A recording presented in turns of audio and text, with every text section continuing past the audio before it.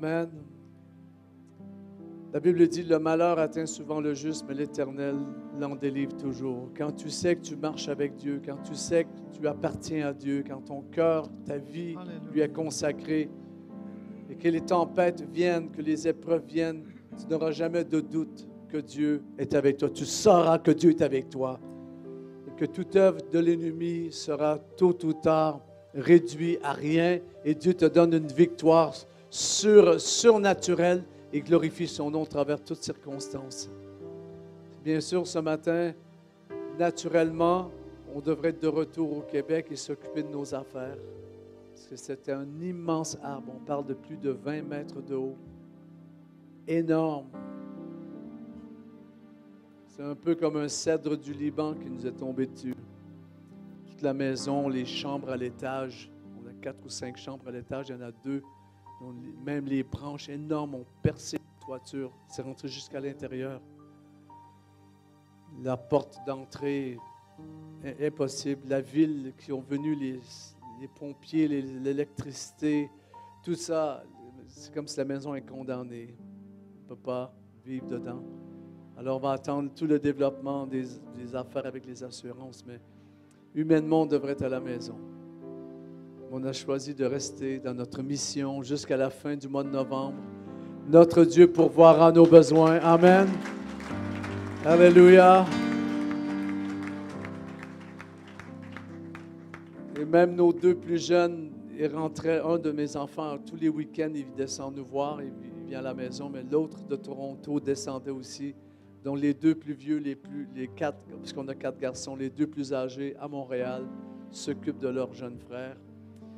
Mais on fait confiance à Dieu. Moi, je sais que notre maison, Nathalie et moi, est une maison qui est construite sur le roc. Cette bonne œuvre que Dieu a commencée en nous, il va la rendre parfaite pour le jour de sa venue. Oh, alléluia! Que toutes choses concourent au bien de ceux qui aiment Dieu, de ceux qui sont appelés selon son dessein pour accomplir sa volonté. Amen!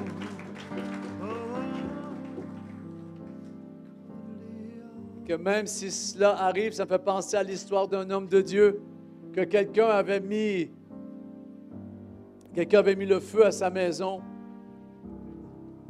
En premier, il s'était fait voler. Il dit, OK, toi, Satan, ça va te coûter 1000 âmes. Je vais aller évangéliser, je vais faire tout ce que je peux pour amener 1000 âmes à Jésus.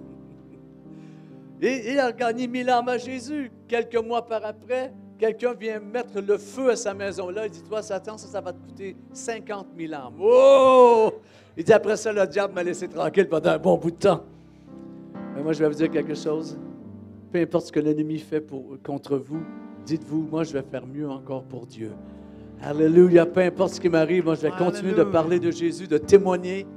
Amen. De manifester sa présence et de rester fidèle à l'appel qu'il nous a donné. Alléluia. Je peux commencer à prêcher maintenant? Oui, ça va? Amen. Oh, alléluia. Je te loue, je te loue, je te loue. Tu es mon Dieu, tu es mon Dieu, tu es ma forteresse, tu es mon refuge. Oh, tu es mon Dieu, tu es mon Dieu, tu es mon refuge. Oh, tu es ma tour forte. Je cours vers toi, je suis en sécurité.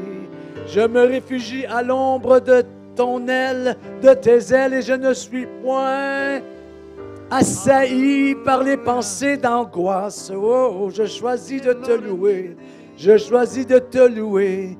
Plutôt que de m'inquiéter, je choisis de te louer. Alléluia, alléluia, alléluia. Moi et ma maison serviront l'Éternel. Oh, alléluia. Moi et ma maison serviront l'Éternel. Oh, oh, Dieu d'amour. Attendons-nous au Seigneur quelques instants dans le livre de Jérémie, c'est-à-dire premier livre des rois.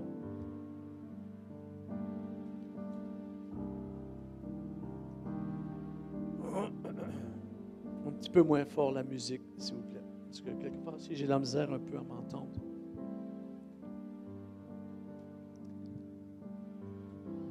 Au chapitre 19, on voit qu'Élie le chapitre précédent a eu une grande victoire, probablement sa plus grande victoire, probablement même une des plus grandes victoires par un prophète, pour un prophète dans l'Ancien Testament. Qui peut dire amen à ça? Il a éliminé les prophètes de Baal, il a défié les prophètes, les faux prophètes. Il a dit, il a déclaré, le vrai Dieu, c'est celui qui va répondre par le feu. Imaginez, il a lui-même mis Dieu dans une affaire. Vous savez ça? Vous savez ici, là, ce n'est pas Dieu directement qui a dit à Jérémie, va et fais ça. À Élie, va et fais ça. Est-ce que vous savez ça? Vous réalisez ça? Que les gens prophétiques, ce n'est pas toujours Dieu qui te parle directement. C'est toi qui es conduit par le Saint-Esprit et qui fait que Dieu va agir. J'entends pas beaucoup d'amen ici. Le grand homme de Dieu qu'on a lu ses livres, il est parti avec le Seigneur depuis longtemps, mais il s'appelait Smith Wigglesworth. C'était un homme, un évangéliste, un homme de puissance. Le monde pentecôtiste, il est un pionnier parmi le monde pentecôtiste. Et lui, Smith Wigglesworth, qui a ressuscité des morts et ainsi de suite, il a dit une chose, il dit, quand je suis dans une réunion, si le Saint-Esprit n'agit pas, moi je vais le faire agir. Alors imaginez, c'était la confiance qu'il avait en son Dieu, en son onction. Et là ici, Élie vient de gagner une grande victoire. C'est un peu comme si ce n'était pas Dieu nécessairement qui avait dit à Élie, tu vas faire comme ça, mais Élie connaissait tellement son Dieu que dans une épreuve, que face à un défi, il savait quoi dire. Et plus souvent qu'autrement, les chrétiens, quand l'épreuve arrive, ils ne savent plus quoi dire. Ils ne savent pas quoi faire. Et là, ils s'inquiètent. Oh mon Dieu, mais qu'est-ce qui se passe? Mais quand tu connais Dieu, tu es environné de force, tu es entouré par lui, tu as la pensée de l'Esprit en toi, tu auras la stratégie de l'Esprit, parce qu'il y a des moments, tu ne peux pas t'en aller prier, dire je cherche Dieu, je vais jeûner 3 jours, je vais rentrer dans une retraite. La décision doit être prise là. L'action doit se produire maintenant. Tu vas faire quoi? Et c'est ce qu'il y a fait. C'était une des plus grandes victoires. En fait, c'est extraordinaire. Moi, le prophète Élie, c'est une inspiration pour ma vie. Et là, on voit tout ce qui est arrivé, l'histoire. Mais là, au chapitre 19, il va aller il apprend que Jézabel est en furie contre lui parce qu'elle a perdu toute son équipe de ministère diabolique. Son équipe de ministres, de prophètes qui faisaient des illusions devant le peuple. Et là, elle veut s'en prendre à Élie. Elle dit, ça sera ma vie ou la sienne. Alors vraiment, là, c'est un duel à finir. Ça fait un peu penser au duel entre Hillary Clinton et Donald Trump. C'était un duel à finir. Attention.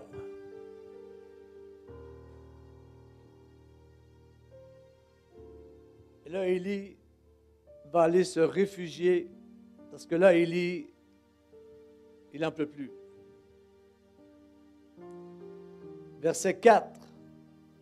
Il alla dans le désert où, après une grande journée de marche, il s'assit sous un genêt et demanda la mort en disant, c'est assez maintenant, Éternel, prends mon âme, car je ne suis pas meilleur que mes pères.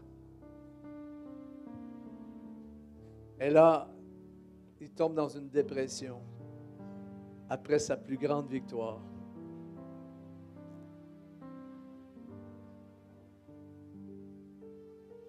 L'ennemi veut décourager l'homme de Dieu, son âme. Il se coucha, il s'endormit. Vous savez, il y a quelque chose de bon dans le repos. Parce que parfois, quand le diable vient vous attaquer, la première chose à faire, ce n'est pas de combattre. C'est plutôt de se détendre. Je n'entends pas beaucoup d'amen ce matin. Il y en a ici, votre vie, elle est au rythme de tout ce que le diable vous apporte comme attaque. Vous priez beaucoup parce que le diable vous attaque beaucoup. Vous ne priez pas nécessairement beaucoup parce que l'Esprit vous fait prier. Oh, j'entends pas beaucoup d'amen ici, mais vous priez beaucoup parce que votre vie de prière, elle est beaucoup dirigée. Je ne veux pas dire par le diable, mais par les courants du diable. Est-ce qu'il est possible d'entrer dans une autre dimension de bénédiction, de conquête, plutôt que d'être toujours sur la défensive? C'est nous qui partons à l'offensive. C'est nous qui allons régler l'agenda du diable et non pas le contraire. Nous sommes comme des ministres de Dieu. Lorsqu'on se lève le matin, l'agenda, il est prêt à la minute, aux 5 minutes, au quart d'heure. Et c'est le diable qui est pris. Il ne sait plus qu'est-ce qui se passe. C'est lui qui a la confusion. La confusion doit aller dans le camp de l'ennemi et non pas dans ton camp, toi, ici, dans ta tête. C'est dans le camp de l'ennemi que la confusion va aller, pas chez toi, au nom de Jésus. C'est pour ça, parfois, des gens viennent vers moi. Mon frère, il faut prier, il faut prier, il faut prier. On dirait, moi, que ça me dit en dedans de moi, ne prie pas, ne prie pas, ne prie pas. Reste tranquille, reste calme, reste calme.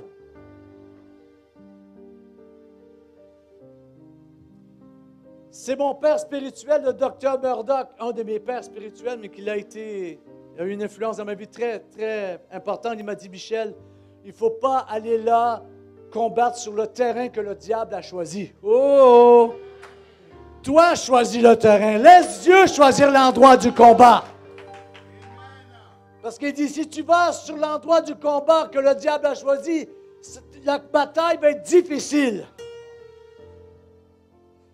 Tu vas là dans le lieu que Dieu a choisi. Et toute promesse de Dieu dans la Bible, il y a toujours un ennemi à l'intérieur qu'il faut aller conquérir, qu'il faut aller saisir.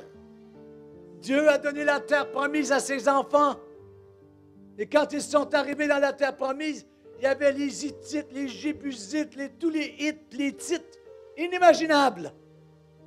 Ils possédaient les villes, ils possédaient les terres, ils possédaient jusqu'aux montagnes. Israël a dû aller les conquérir par la guerre, mais c'est Dieu qui avait choisi le terrain. C'est pour ça que j'ai prêché un message quand j'étais en Angleterre. Et juste la semaine dernière, là, mon message, c'était que votre montagne est la propriété de Dieu. Votre vallée est la propriété de Dieu. Dieu a dit dans Ézéchiel, c'est ma montagne, c'est ma vallée. Dieu, dans Ézéchiel, lui-même prophétise à la montagne. Il dit, ô toi, montagne. Un autre endroit, Dieu dit par le prophète, je crois que c'est Zacharie, ô Zorobabel, qui es-tu, toi, montagne devant Zorobabel? Tu seras aplani. Oh, tu seras déplacé. Laissez Dieu choisir le lieu de vos combats.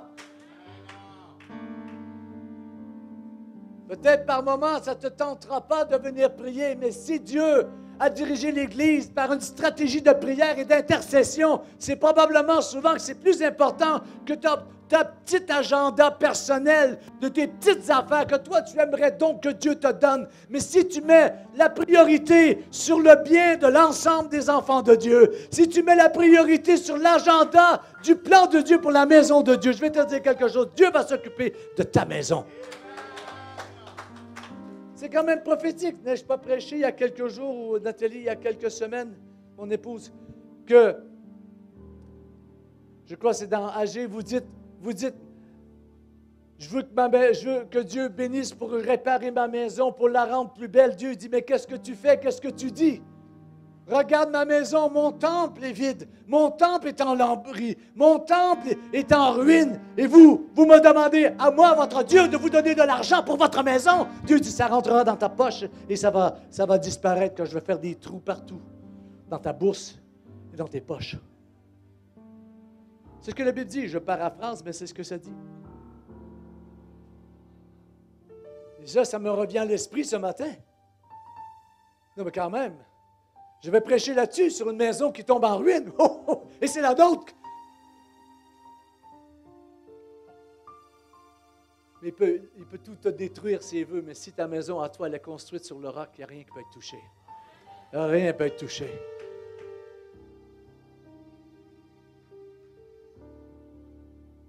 Et quand l'ennemi vient contre toi, il te contre-attaque parce que tu as eu une grande victoire, il y a eu une grande réponse aux prières, il y a une énorme bénédiction qui est tombée dans tes affaires, sur ton couple, dans tes enfants. Il y a une promotion surnaturelle quelque part et lui veut venir. D'abord, repose-toi.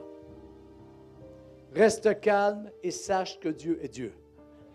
Amen. Garde le calme. C'est dans le calme et la confiance que sera votre force, la Bible nous dit.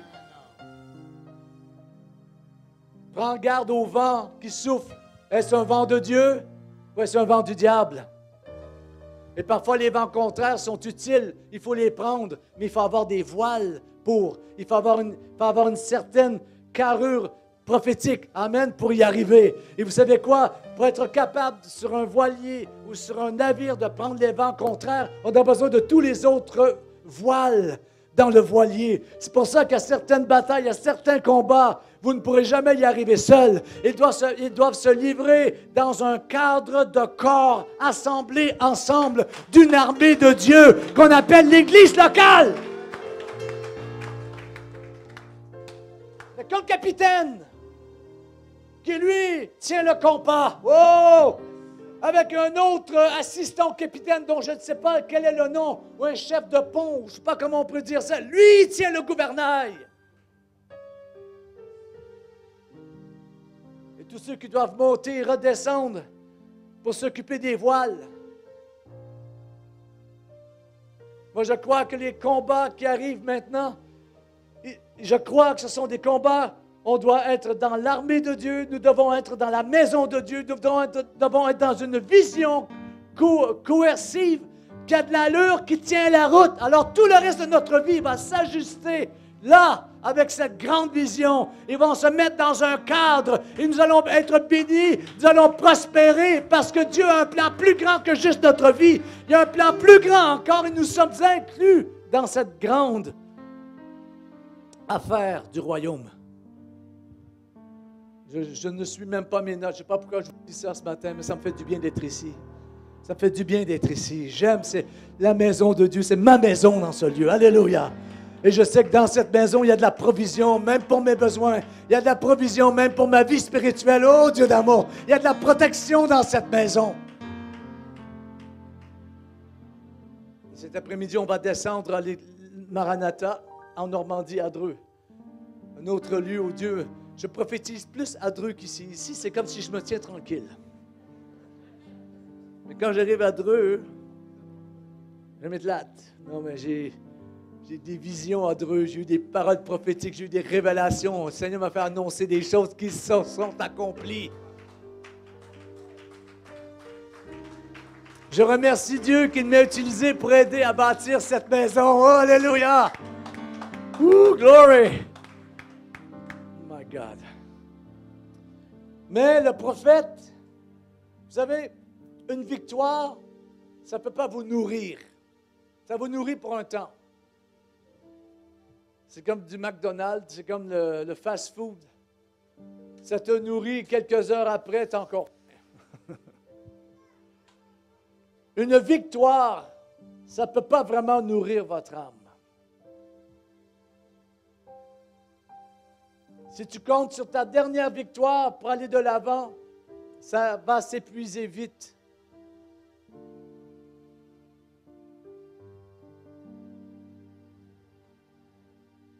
Mais je vais vous dire quelque chose, il n'y a aucun combat, il n'y a aucune attaque de l'ennemi qui peut surprendre notre Dieu. Dieu ne se fait pas prendre par hasard ce matin, il ne s'est pas réveillé. Oh, allez, je vais envoyer 3 anges là-bas, je vais envoyer un archange là-bas parce que là, ça ne va pas. Dieu n'est jamais pris par surprise. Quelqu'un me dise amen ici.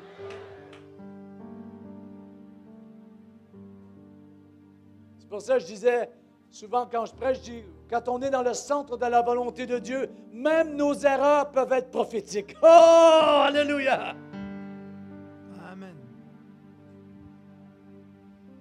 Un de nos garçons, un jour, il a dit, moi, je vais partir, comme s'il fuyait un peu le Seigneur. Il voulait faire un peu sa vie, ses affaires, partir comme ça, comme on dit, sur le pouce, en autostop, à travers l'Amérique. Mes enfants sont américains et canadiens, donc ils vont des deux côtés de la frontière, et un peu comme bon leur semble.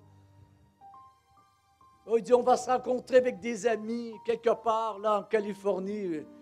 Et comme c'est sur le temps du départ, mon épouse, il dit, je vais me prendre un couch surfing, c'est-à-dire ce sont des gens qui vous prêtent un divan dans la maison, dans le salon, pour que vous puissiez dormir là. C'est un peu un truc pour les jeunes.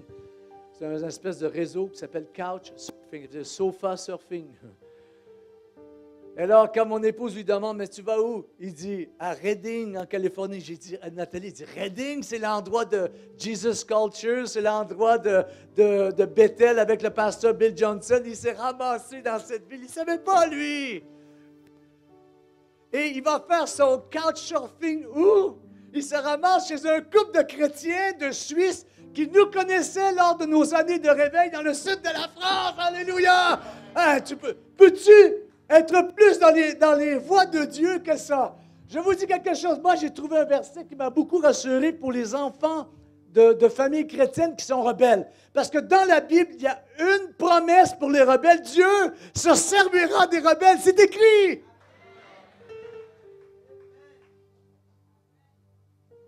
Il se ramasse à un autre endroit dans le nord des États-Unis, le nord-ouest, je crois que c'était l'Oregon, là-bas près de Seattle. Il se ramasse là-bas, c'est Oregon, je crois. Et là, il rencontre un Québécois. Écoutez, il rencontre un Québécois, un jeune de son âge. Ils font route ensemble, ils se trouvent un travail dans la culture de je ne sais pas trop quoi, un truc qui devient de plus en plus légal apparemment. Mais il se ramasse dans un travail de ça. Parce que là-bas, c'est une entreprise et c'est légal. Du moins, dans cet état-là, il était tout content. À un moment donné, son ami reçoit un paquet de son père, du Québec, avec 2 livres dedans. Les 2 livres étaient noirs. Imaginez qu'est-ce qui est écrit sur les 2 livres. La Bible, la Sainte Bible. Oh! Mais là, quand mon fils me raconte ça, que le père de son ami leur a envoyé 2 Bibles, parce que lui aussi, l'ami à mon fils, c'était un autre petit rebelle qui fuyait la maison. Mais écoutez bien comment le Seigneur a notre vie, notre destinée dans ses mains. Il la connaît d'avance. Écoutez, le père de ce garçon-là, moi j'ai 57 ans bientôt, le père de ce garçon-là, on allait à la même église quand j'avais 18 ans. Oh Dieu d'amour! Que je n'ai pas revu depuis 30 ans, voire même plus. Et nos fils se rencontrent sur la côte ouest américaine en faisant du pouce, en faisant de l'autostop. Un pur hasard de Dieu. Oh, alléluia! Faites confiance à Dieu pour vos bien-aimés. Faites confiance à Dieu pour votre avenir. Faites confiance à Dieu pour vos finances. Faites confiance à Dieu pour votre maison. Faites confiance à Dieu pour votre carrière. Faites confiance à Dieu. Cessons de focaliser toujours sur nous-mêmes. Prions les besoins du ciel. Soyons comme des hommes et des femmes aguerris dans le Seigneur, des gens spirituellement mûrs, matures. Nous venons à Dieu comme des serviteurs et des servantes. Que veux-tu que je fasse? Parle-moi, ô Éternel, je suis ici pour faire ta volonté, ô Dieu. Je ne viens pas devant toi que pour toujours t'amener mes besoins. Je suis ici ce matin pour chercher ta volonté. Ma maison, tu t'en occupes. Mes histoires, tu t'en occupes. L'arbre, la ville de Sherbrooke, ils l'ont coupé, l'arbre, ils l'ont débarrassé du dessus de la maison. Il y a même une équipe qui est venue, qui ont bouché le trou, parce que la toiture au complet de cette demeure est à refaire. Si Dieu, au début, a fait ça quand nous, on n'est pas là, combien plus il peut faire? Oh Dieu d'amour.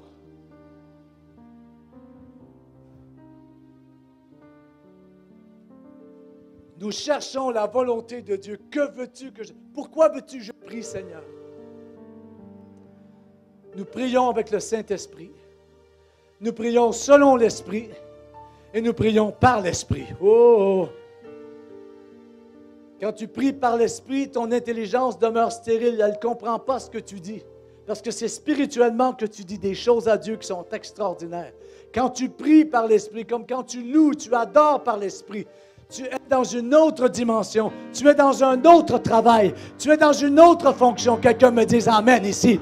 Parfois, tu pries par l'Esprit et tu ne sais même pas toi-même, mais par le Saint-Esprit, il y a une intercession pour ta vie qui se produit. Il y a peut-être une intercession pour tes finances. Il y a peut-être une transaction qui se prépare pour une bénédiction immobilière pour toi ou tes enfants. Il y a peut-être quelque chose qui se prépare pour que tu reçoives un don, un charisme, une onction nouvelle. Comme on dit au Québec, un ministère. Un ministère, quelque chose de nouveau pour toi. De toute manière, le prophète, il est découragé. Parce que la voix de Jézabel, elle sait quelle corde sensible toucher chez le prophète. Parce que pour être utilisé puissamment par Dieu, il faut être dans un sens très vulnérable. Dieu n'utilise pas nécessairement les gens forts. Même les gens forts ont une vulnérabilité. Votre pasteur, c'est un homme très fort. Oh, je sais, on a le même père. C'est sûr qu'il est fort. Bon, moi, j'ai perdu du poids, j'ai perdu un peu de la force avec les années. Mais si vous pouviez parler avec son épouse, vous verrez que quelque part, il y a une grande faiblesse chez lui. Et sa faiblesse, c'est sa dépendance à Dieu. Oh, alléluia. Quand quelqu'un dit, le chrétien ne sait pas à quel point il est fort lorsqu'il est sur ses genoux. Oh Dieu. Là, tu dis, Seigneur, moi, je ne peux rien, mais là. Alléluia. Là, le prophète Élie tombe en dépression, il veut mourir. C'est quand même drôle, pendant que je vous parle. Je vois un peu de poussière d'or qui vient ici sur le bord de ma Bible. Je ne sais pas si c'est de la poussière d'or qui date d'une autre époque, mais là, je vois ça, ça brille entre les deux pages de cette Bible. Amen. Quelqu'un dise Amen ici. Moi, je ne me maquille pas, donc ça ne peut pas être l'or de mon maquillage. Et il se coucha et s'endormit. Dis à ton voisin, va te coucher et dors un peu là. Mes frères, quand votre épouse s'énerve, ou mes sœurs, quand votre épouse s'énerve, je ne sais pas lequel des deux s'énerve le plus, mais vous lui dites, mon amour, chérie, couche, va te coucher et endors-toi. Mais lui, notre Dieu, ne sommeille ni ne dort. Amen, alléluia. Il en donne autant au juste pendant qu'il dort que lorsqu'il est réveillé. C'est ça, Nathalie, le verset, tu me le cites souvent, là. Il en donne autant à son serviteur qui dort dans le sommeil que quand il est réveillé. Oh! Et voici un ange le toucha. Oh, Dieu d'amour! Et l'ange lui dit, mange.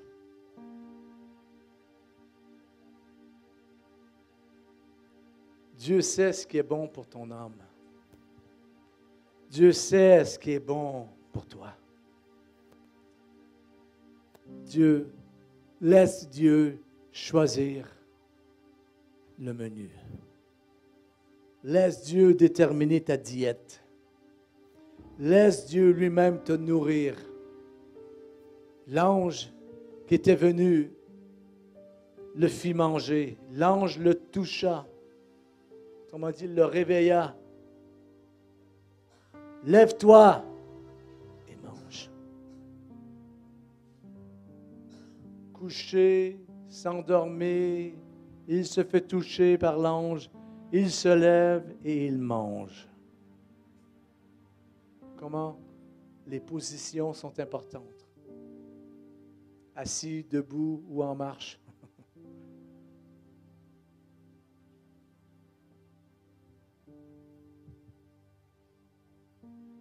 Je crois que plusieurs personnes ici ce matin sont en train de recevoir de Dieu un miracle surprise. Une bénédiction faite, créée, fabriquée par Dieu lui-même. Quelque chose sur mesure pour vous, qui est mieux que tout ce que vous demandez, car notre Dieu veut faire pour nous peut nous donner au-delà de tout ce que nous demandons, de tout ce que nous pensons, de tout ce que nous... Alléluia! C'est ce que Dieu a pour nous. Les choses que Dieu a préparées d'avance pour ceux qui l'aiment, qui ne sont pas encore montées au cœur de l'homme, ne venues à son oreille ou à ses yeux pour l'imaginer. Je sens ce matin, le Seigneur a des grâces faites sur mesure. Alléluia! Il n'y en a pas deux comme ça. Il n'y en a pas deux comme ça. Ça, c'est comme les montres suisses. Il y a un numéro de série à l'arrière. Il n'y en a pas deux comme ça. Peut-être elles se ressemblent, mais la mienne a un numéro différent de celle de l'autre. Alléluia!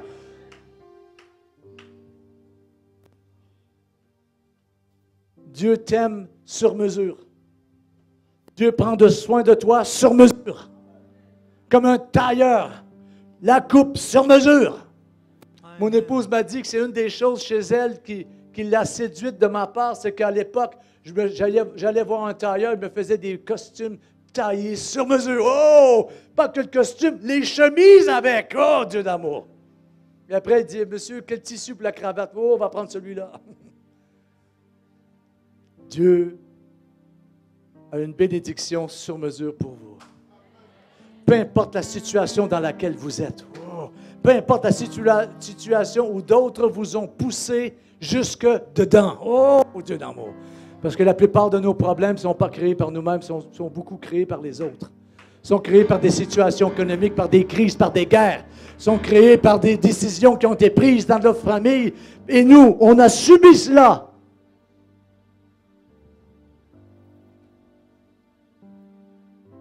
Lève-toi et mange. Parce que Dieu a une nourriture pour toi. Dieu a une potion spéciale pour toi, bien préparée. Il regarda et il y avait à son chevet un gâteau cuit sur des pierres chauffées. Une cruche d'eau. Et c'est ce qu'on a pris ce matin. Le pain sucré ou la communion. Il y avait de l'eau, il a bu aussi. Il mangea et but, puis se recoucha. Voyez-vous, Dieu a des périodes où il veut nous restaurer. Ah là, je suis prêt, Dieu m'a touché, il m'a béni, je repars au combat. Nous, on a fait ça il y a plusieurs années. Notre père spirituel était venu nous voir dans le sud de la France. Il nous avait donné quelques conseils. Faites une clôture en dur là, autour de votre maison pour ne pas être toujours envahi par les gens qui venaient au centre de conférence qu'on avait, l'auditorium là. Il dit, vous êtes trop envahis, vous avez besoin de plus de vie privée. C'est important. Il dit, vous êtes des missionnaires ici, il ne faut pas toujours être envahi. J'ai dit, OK, bon, mais finalement, on ne l'a pas fait. Et là, après, on rentre un peu aux États-Unis pour faire quelques semaines de un peu genre de thérapie, de ressourcement avec notre ami, le pasteur Paul Goulet à Las Vegas. Alors, on va là avec les enfants, tout le truc. Et là, quand on a fini, il dit, là, on se sentait bien. Et là, eux, ils avaient offert de rester. Et finalement, on est rentré. Et là, c'était l'erreur. Il aurait fallu rester au moins 6 mois. Parce qu'on se croyait prêt. Parce que là, on se sentait bien et tout. Mais on ne savait pas combien profondément on avait besoin de se reposer. C'est qu'on est rentré après toutes les pires affaires commençaient à se produire. L'école, le gouvernement, au niveau scolaire, qui a voulu prendre nos enfants pour nous les enlever. Imaginez un peu le truc. Là, mon épouse a dit. Et les séminaires qu'on organisait, qui étaient des séminaires à succès, commençaient où? Mais pour une raison que c'est comme si la poche devenait percée un peu là. Et là, l'équipe, une crise au milieu de l'équipe. Après 7-8 ans ensemble, l'équipe vivait une crise. Mais on avait des finances à la banque, du ministère, peut-être à l'époque, je ne sais pas, 50-60 000 euros, peut-être moins. Mais on en avait assez pour vivre, tout se paierait pendant des mois. Et tout coup, on a vu ça fondre comme de la neige au soleil. Parce qu'il fallait aller se reposer encore.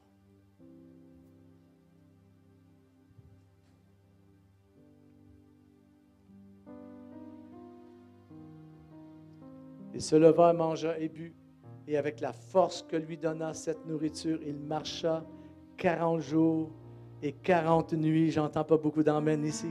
Il marcha 40 jours et 40 nuits jusqu'à la montagne de Dieu, au mont Horeb.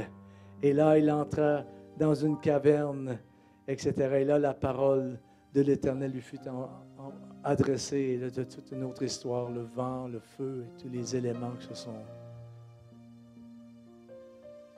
Pour finir, que Dieu est dans un doux murmure. Dieu n'était pas dans le vent, Dieu n'était pas dans l'air. Dieu était dans le doux murmure. Oh, alléluia. Ce que Dieu est en train de dire ici au prophète, ce que Dieu est en train de nous montrer ici, c'est que le doux murmure de Dieu est aussi puissant que son feu. Le doux murmure de Dieu est aussi fort que les vents. Oh, alléluia. Le doux murmure de Dieu est aussi puissant que les tremblements de terre. Et quand tu dors ou quand tu te reposes, quand tu restes calme, tu peux produire autant pour Dieu que dans un grand déploiement de feu, de puissance et de miracles. Les gens qui font confiance à Dieu verront des réponses à leurs prières de manière incroyable. Parce que Dieu dit, tu as beaucoup trop prié que pour toi. Tu pries beaucoup parce que c'est toutes les urgences qui rentrent.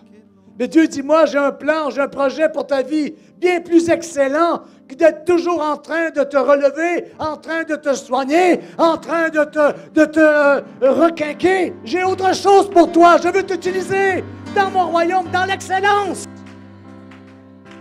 Que tu passes le cap des problèmes qu'on voit partout. Tu es quelqu'un dont ces problèmes-là n'atteignent plus la vie. Quelqu'un dira amen ici. Tu es quelqu'un, tu montres un autre niveau. Dis à ton voisin, tu montres un autre niveau. Les problèmes qu'on entend partout parler, toi, c'est comme si ça passe sous toi. Ça passe sous tes pieds. Oh, oh. Toi, ça ne te touche pas. Que 1000 tombent à ta gauche, 10 000 à ta droite, tu ne seras point atteint. Même la flèche qui vole dans le jour ne te touchera pas. La contagion ne t'atteindra pas. Parce que tu es d'un autre niveau. Dites, je suis d'un autre niveau.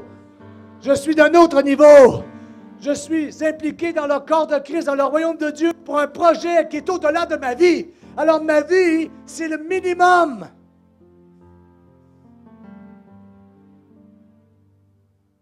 Jésus a lui-même dit, pourvu que vous avez le manger et le boire, le reste.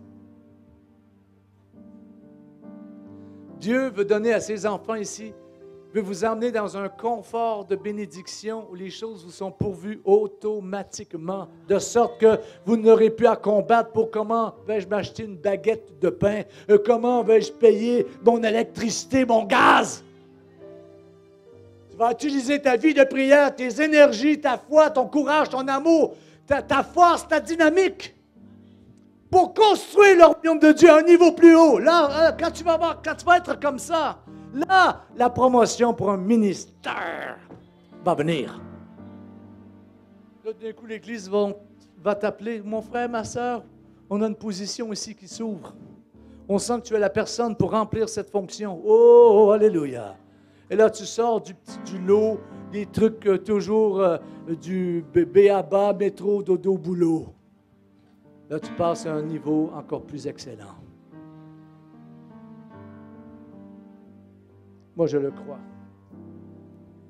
Il marcha pendant 40 jours. Ouh, alléluia.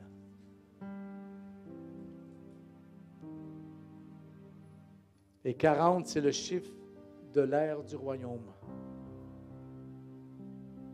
Et Dieu veut vous emmener à travailler dans le royaume. Il y en a ici, vous travaillez pour vous-même. C'est votre vie, vos affaires, votre famille. D'autres ici, vous travaillez pour l'Église. C'est toute l'Église, comme un petit village, comme une petite tribu.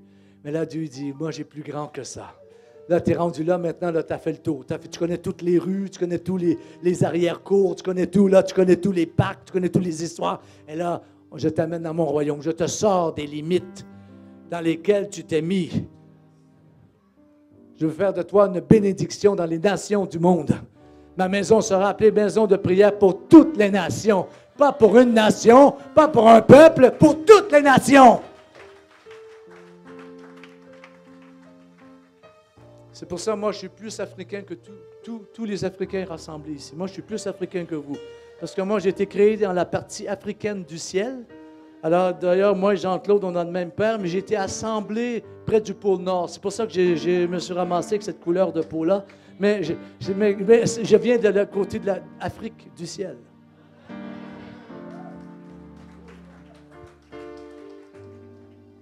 Donc, Dieu a un plan pour toi, mais il y a un plan supérieur, un plan plus excellent. Parce que tout vrai ministère, toute vraie fonction dans le corps de Christ, il y a une huile particulière avec ça. Il y a un ADN, une ADN à ça. Tu ne peux pas prendre le ministère d'un autre. De toute façon, personne ne pourra te voler ton ministère. Alléluia. Ça ne se transplante pas, un ministère. On est pasteur, on est prophète, peu importe. Oui, bien sûr, on va léguer notre héritage à nos enfants ou petits-enfants, mais dans le fond, eux vont se trouver leur identité et notre appel ne peut servir qu'à faire naître leur appel. C'est ça la vraie affaire. Sinon, on ne fait que des copies.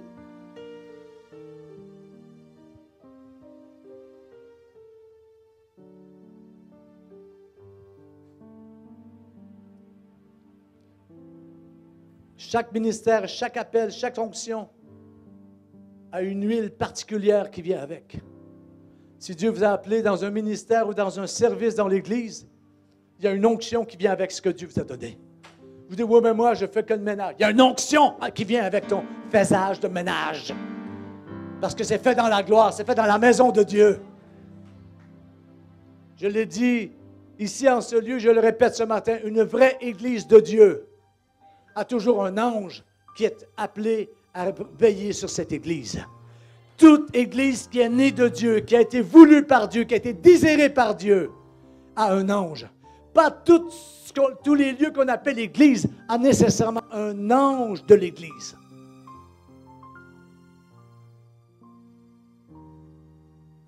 Moi, je vous dis, Maranatha, il y a l'ange Maranatha. Comprenez-vous ce que je veux dire? Cette Église a son ange. Cette vision a son ange. Un vrai appel, il y a un ange qui vient avec. C'est ça que je veux dire. L'apôtre Paul, pris sur le bateau, a dit l'ange que je sers, l'ange auquel je rends un ministère. C'est ça qu'il voulait dire. Il m'a dit de ne pas vous inquiéter, que tous les hommes, que tous ceux qui sont sur ce navire ne mourront pas, ils vont rester vivants. Et c'est quoi? Il s'est ramassé quoi? Sur l'île de Malte, je crois. C'est ça? Ou une île? Et il y a eu des conversions, il y a eu des miracles.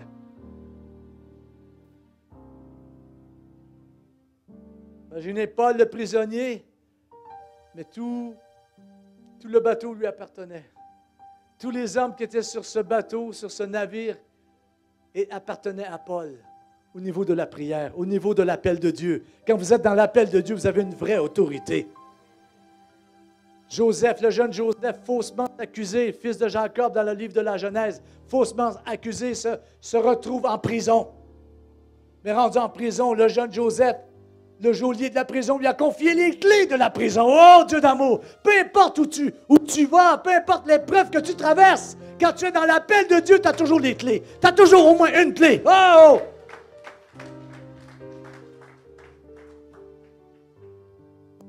Ça, c'est ton onction qui attire la faveur de Dieu sur toi.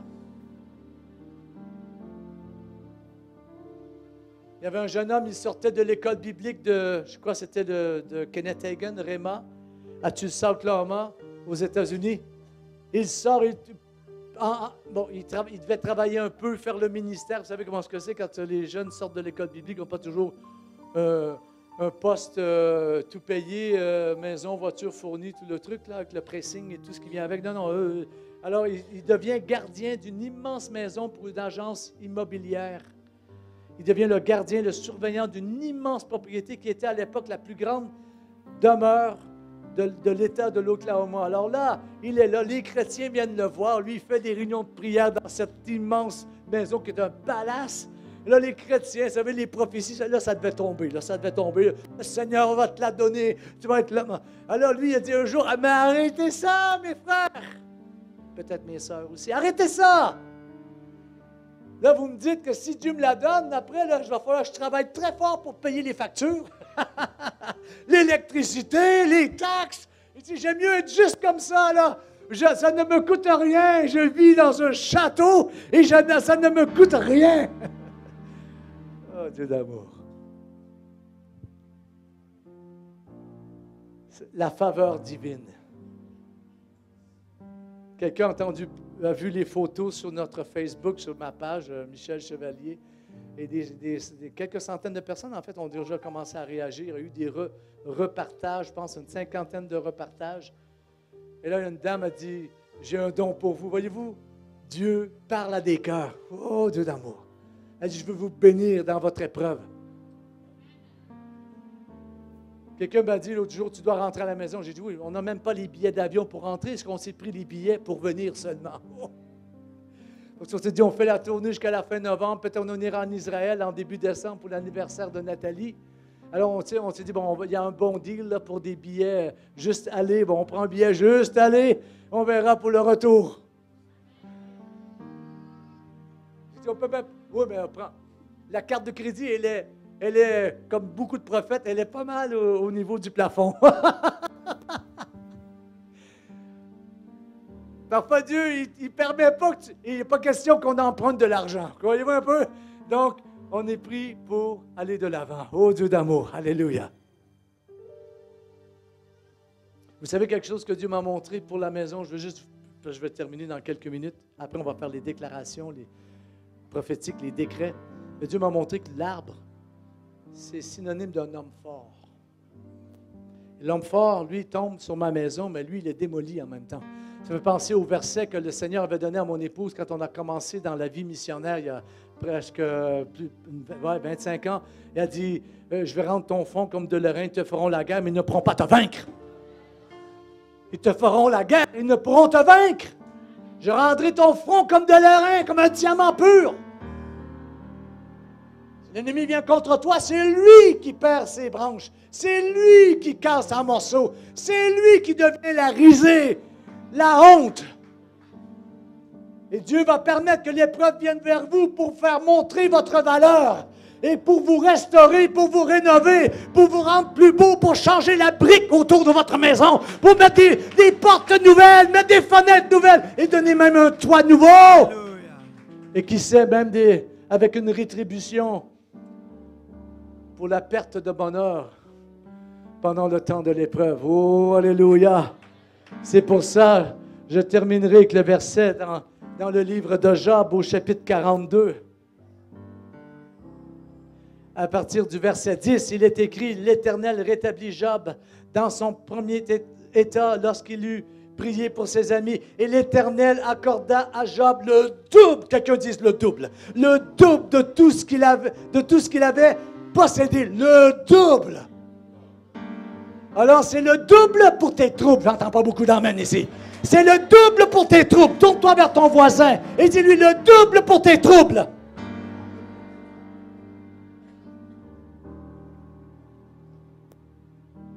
Dieu l'a béni au double. Et ça, c'est Dieu qui l'a béni.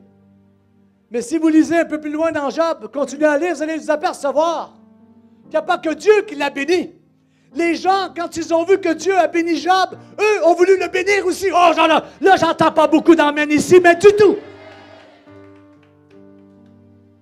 Quand Dieu vous bénit, ça envoie un signal chez des gens qui aiment le Seigneur et qui voudront imiter Dieu. Ils voudront devenir les imitateurs du Seigneur. Dire, oh, si Dieu a béni cet homme, si Dieu a béni cette sœur, ben moi aussi je vais la bénir. Si Dieu investit sa grâce, son amour, sa faveur sur lui, ben moi aussi je viens investir dans sa vie. Oh, quand les épreuves vous arrivent, c'est un signe qu'une bénédiction est là, s'en vient pour vous, elle sera plus grande que le malheur.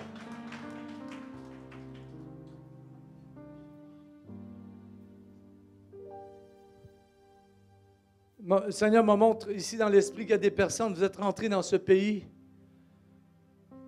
par la peau, par le bout des dents. Mais pendant que vous êtes venus dans ce pays, Dieu vous a donné des enfants. Et vos enfants, ce seront comme des rois, ce seront comme des princesses dans ce pays. Oh Dieu d'amour. Un ami à moi, bien sûr, lui aussi, et son épouse, les deux issus de l'immigration de 2 pays différents. Et Dieu les a tellement bénis. Ici en France, ils habitent dans le 16e à Paris, un immeuble qui vaut presque, un appartement qui vaut presque 1 million d'euros. Dieu a permis qu'un de leurs enfants, la plus jeune d'ailleurs, un peu comme nous dans notre cas, est dans une école où toute l'élite de France et même d'Europe vont. Et la meilleure amie de leur enfant, c'est quelqu'un qui fait partie du clan Sarkozy. Regardez comment Dieu veut connecter nos enfants. Nous, on l'a eu dur. Nous, on a planté. Nous, on a semé avec des larmes. Nous, on a répandu la semence dans des temps de guerre, d'oppression. Ben, nos enfants, nos flèches, dans notre carquois, comme dit la parole de Dieu. Oh, et comme le prophète Élisée qui mit ses mains sur les mains du roi et lui dit, ouvre ta fenêtre et lance une flèche. Il imposa les mains à sa flèche. Il dit, c'est une flèche de délivrance. Tu auras la victoire sur tous tes ennemis. Nos enfants sont des flèches de l'Éternel. Et ce matin, par l'onction prophétique, je déclare vos enfants vous amèneront des victoires, de la prospérité, de la provision. Votre avenir, votre retraite est assurée. Oh, alléluia. Votre ministère est assuré. Votre église est assurée.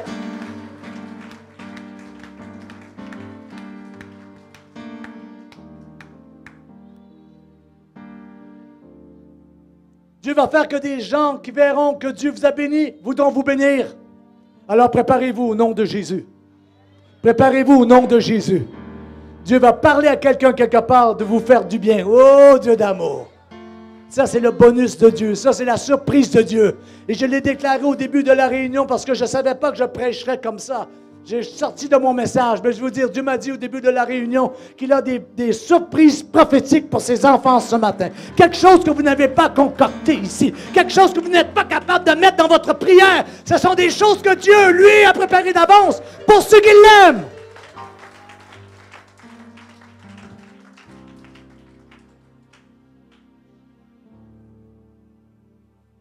Quand quelqu'un ose croire en la faveur divine, le diable en mange toute une raclée. Parce que lui, le diable, il n'y a pas de faveur divine dans sa vie. Ou tout ce qu'il a, il doit le voler. Il doit tuer pour l'avoir. Il doit dérober pour l'avoir. Il ne peut même pas lui-même produire quoi que ce soit. Il est infertile. Il n'est pas capable. C'est pour ça qu'il vient voler. C'est pour ça qu'il vient vous prendre. C'est pour ça qu'il vient vous siphonner dans votre âme, votre amour, votre bonheur, votre paix. Parce que lui, il n'est pas capable de l'avoir. Il ne peut pas être satisfait. Quand on ose croire dans la faveur divine, le diable en mange toute une. Il se ramasse comme un vieux lion, il n'y a plus de dents dans la bouche. Il peut juste... Mais il n'y a rien qui mord. Il n'y a plus de mordant. Oh, tu peux faire tout ce que... Il n'y a plus d'ongles, il n'y a plus de griffes, il n'y a plus de dents, il n'y a que le son. Il n'y a que le son. N'écoutez pas le son du diable. Et même quand vous entendez le son du diable, vous pouvez vous asseoir et rire avec Dieu et dire, ça c'est le vieux. Mon vieil ennemi. Surprise prophétique. Dans les 24 heures qui viennent, surprise prophétique, un téléphone, un courrier, un email ou par la poste délivré par Chronopost demain matin avant 11 heures. Oh Dieu d'amour! Un règlement, une dette qui est remboursée. Un règlement financier en votre faveur. Une occasion que vous allez saisir qui va produire beaucoup plus dans l'avenir pour vous et vos enfants. Oh, Dieu d'amour! Faveur où les gens qui opposent l'œuvre de Dieu, les gens qui opposent l'Église, ces gens qui se tiennent et qui prennent des décisions en notre défaveur, maintenant sont en train d'être retournés en notre faveur au nom de Jésus. La Bible dit, lorsque Dieu agrée les voies d'un homme, il disposera en sa faveur même ses ennemis. Oh Dieu d'amour! Quand tu commences à croire dans la faveur divine, dans la grâce de Dieu, dans le miraculeux de Dieu, dans les surprises de Dieu. Oh, je peux vous dire, vos ennemis, eux, ils n'aiment pas ça parce qu'ils n'ont pas ce bonheur, ils n'ont pas cette joie, ils n'ont pas cette bénédiction. Alors, trouvez votre huile. Trouvez votre essence de faveur divine dans votre vie. Je ne peux pas, moi, vous le dire vraiment. Mon ami le bishop, l'apôtre Mosengo, avec toute la grâce de Dieu qui est sur son ministère, je ne peux pas vraiment vous le dévoiler. C'est à vous de le trouver. Parfois, il faut être dans la caverne d'Abdullah. Parfois, il faut être sous un genêt en train de dormir et de se reposer. Oh, Dieu d'amour! Et là, vous allez trouver votre huile d'onction. Vous allez trouver là où est le courant, la prise électrique, la prise de la faveur. Et là, vous allez vous connecter. Et là, vous dites, bon, Seigneur, je ne me déconnecte pas de cette prise jusqu'à ce que tu me bénis complètement. Oh, alléluia! Comme Jacob, il a combattu toute la nuit avec l'ange. Il a dit, toi, je ne te laisserai pas que tu me bénis. Oh!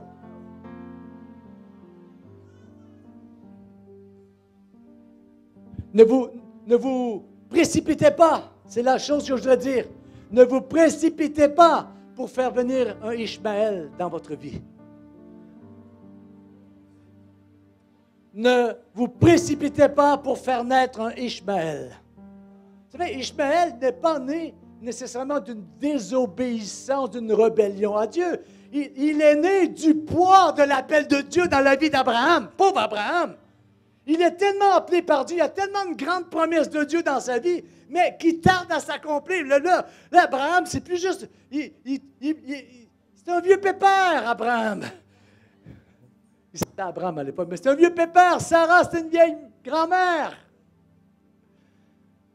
Mais le poids de la promesse de Dieu fait que... On fait quoi?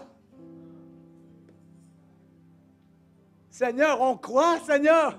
Tu nous l'as dit, Seigneur, on va toujours... Moi, là, il n'y a pas de problème. Je ne doute jamais des promesses de Dieu. Mais parfois, je me pose la question, mais Seigneur, bon. Peux-tu laisser faire un peu M. Chevalier? Oh, Seigneur, pourrais-tu laisser Mme Chevalier faire quelque chose un peu? Parce que là, les choses tardent. Mais un Ishmaël, ce n'est pas nécessairement le fruit d'un péché de désobéissance, de rébellion en Dieu. Des fois, ça vient de bonnes intentions. Faites attention, dans l'œuvre de Dieu, de ne pas entreprendre des projets juste de bonnes intentions. Parce que vous connaissez la vision de Dieu, vous savez l'avenir, et là, bon, on va faire comme ci, on va faire comme ça.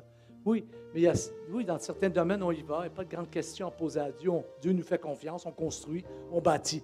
Mais il y a certains niveaux, surtout au niveau de la postérité, au niveau de la multiplication, au niveau du fil conducteur de l'héritage de Dieu. Là, il faut attendre jusqu'à minuit moins une. Il faut attendre jusqu'à minuit, jusqu'à 1 heure, jusqu'à 13 heures, jusqu'à midi 59. Je vois le tableau, là. Là tout à l'heure, il y avait des chiffres, là, il n'y a que des zéros. Ça veut dire que j'ai dépassé là. Oh, Seigneur. Allez, je termine avec ça. Vous sentez l'appel de Dieu, vous avez la faveur de Dieu. Il y a un potentiel sur vous. L'Église l'a vu, le leadership l'a discerné. Amen. Mais ne précipitez pas.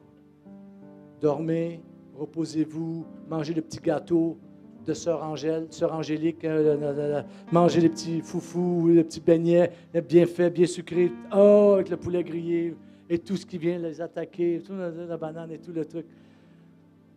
Moi, dans mon cas, je ne peux pas manger de poisson, mais tout le reste, ça y va. OK, on mange ça. Non. Prenez, reposez-vous, Dieu est en train de préparer quelque chose pour vous. Il y a une direction, il va vous faire marcher la marche du royaume pendant 40 jours, 40 nuits, sans que vous ne vous fatiguiez. Et voir, mais je veux même vous dire, c'est 40 jours et 40 nuits que Élie a marché, il n'y a ni bu et il n'y a ni mangé. Oh, Dieu pourvoyait, Dieu pourvoyait. Ça me fait penser à mes amis où on a eu un réveil en Nouvelle-Calédonie il y a une dizaine, 10-12 ans de ça. Et la manne est apparue dans l'église, sur la moquette, en avant de l'église. Et le pasteur a pris la manne. Ça, c'était à la suite de notre réveil. Moi, je venais de prendre l'avion pour l'Australie pour aller prêcher là-bas. Et lui m'a dit, c'est ce qui est arrivé le dimanche matin. Il a pris la manne et ils l'ont mangé. Ça goûtait le poulet grillé et ça goûtait le miel. C'était un mélange de poulet sucré, grillé. C'était très, très bon, mais un goût de pain avec ça. Mais lui, il m'a dit, il s'appelle Pasteur... j'ai oublié son prénom, mais de toute façon, il m'a dit, on a été à l'église 3 jours et 3 nuits sans boire, sans manger, et il dit, et surtout sans dormir. Il dit, j'étais dans un niveau surnaturel. Il dit, je n'ai jamais vécu ça de ma vie. Il dit, j'étais dans une autre dimension. Il dit, je me suis dit, mais quand est-ce que je vais réatterrir ou je vais continuer comme ça? Parce que l'ange est venu et leur a donné, c'est un peuple de Mélanésiens, les Kanaks, vous savez, ils ont leur église là dans une petite réserve à côté de Nouméa, Nouvelle-Calédonie. Pasteur Charles, il s'appelle Pasteur Charles. Charles Némia. Il m'a dit, Michel, il dit, encore aujourd'hui, il m'avait raconté ça quelques mois après, on s'était vu, je crois que c'était en Israël. Il dit, Michel, il dit, je sens encore, je la sens dans ma main, la manne. Il dit, ça fait des mois que c'est terminé. Il dit, j'ai toujours l'impression que je l'ai dans ma main. Dieu veut vous surprendre. Dieu veut vous marquer par des expériences surnaturelles. Ce n'est pas suffisant. Moi, j'ai une vie chrétienne, je vis par la foi, même s'il ne m'arrive rien, ça va. Tant mieux, tant mieux. Mais ce n'est pas la nature de notre Dieu. Notre Dieu veut nous gâter. Il veut nous bénir. Amen, il veut nous restaurer. Peut-être ça peut prendre un peu de temps pour que tu aies une guérison complète, mais dans un autre domaine de ta vie, tu vas rayonner, tu vas déborder d'une autre forme de santé, d'une autre forme de bénédiction.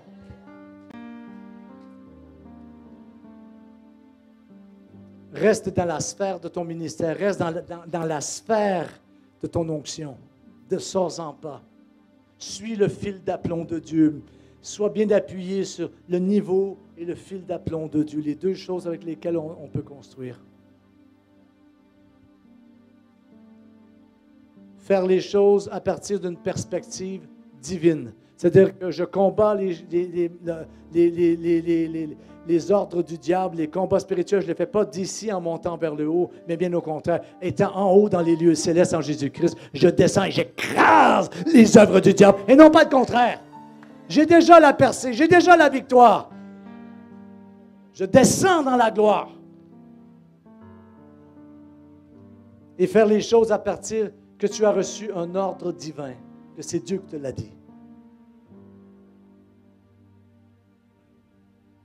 Quand tu es dans le centre de ton appel, c'est là que tu as de la puissance, c'est là qu'il t'a donné de la provision, c'est là qu'il t'a donné de l'autorité, ainsi de suite. Parce que tu es sanctifié, tu es mis à part. Je vais vous emmener dans Genèse chapitre 12, mais on va laisser faire. Au nom de Jésus. Au nom de Jésus, je déclare maintenant ce matin de l'accélération prophétique pour vous. Ce qui devrait prendre 1 an va prendre 6 mois. Ce qui devrait prendre 6 mois va prendre quelques jours, voire quelques heures. Au nom de Jésus.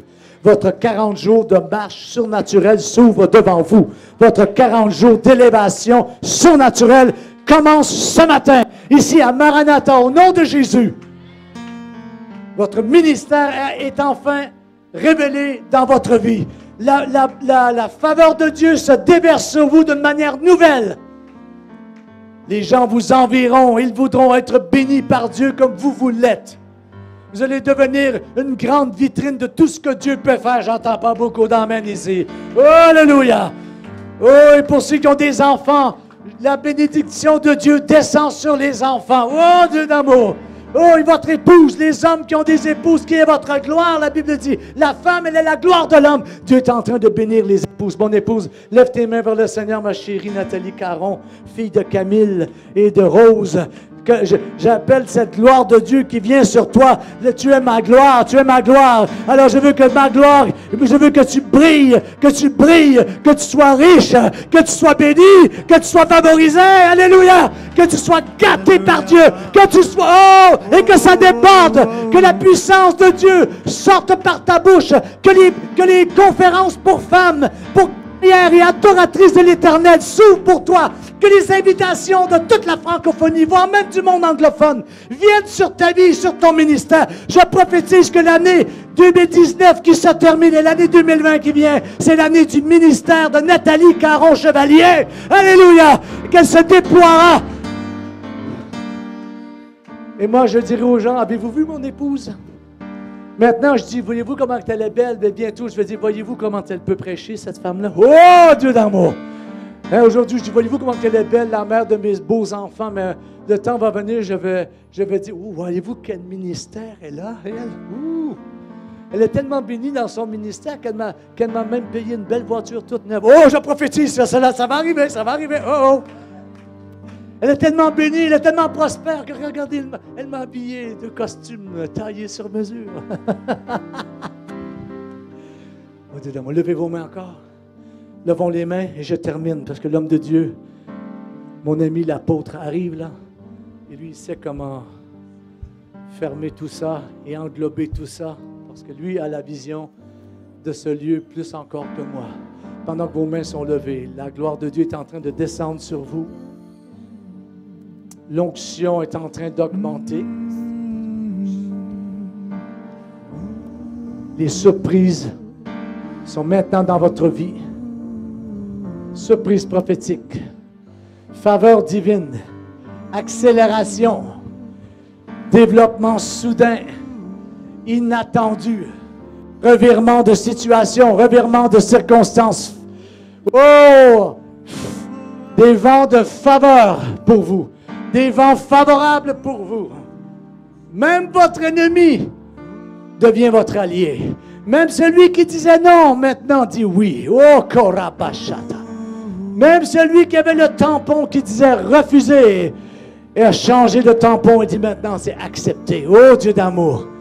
Afin que vous ayez un avenir et de l'espérance. Que vous entriez dans des projets de paix et non de malheur. Oh, afin que vous soyez vu et célébré par les autres qui diront si Dieu a fait ça pour elle, si Dieu a fait ça pour lui, si Dieu a fait ça pour eux, il peut le faire pour moi. Oh Dieu d'amour, Dieu veut se servir de vous pour faire monter la foi et l'espérance chez les autres.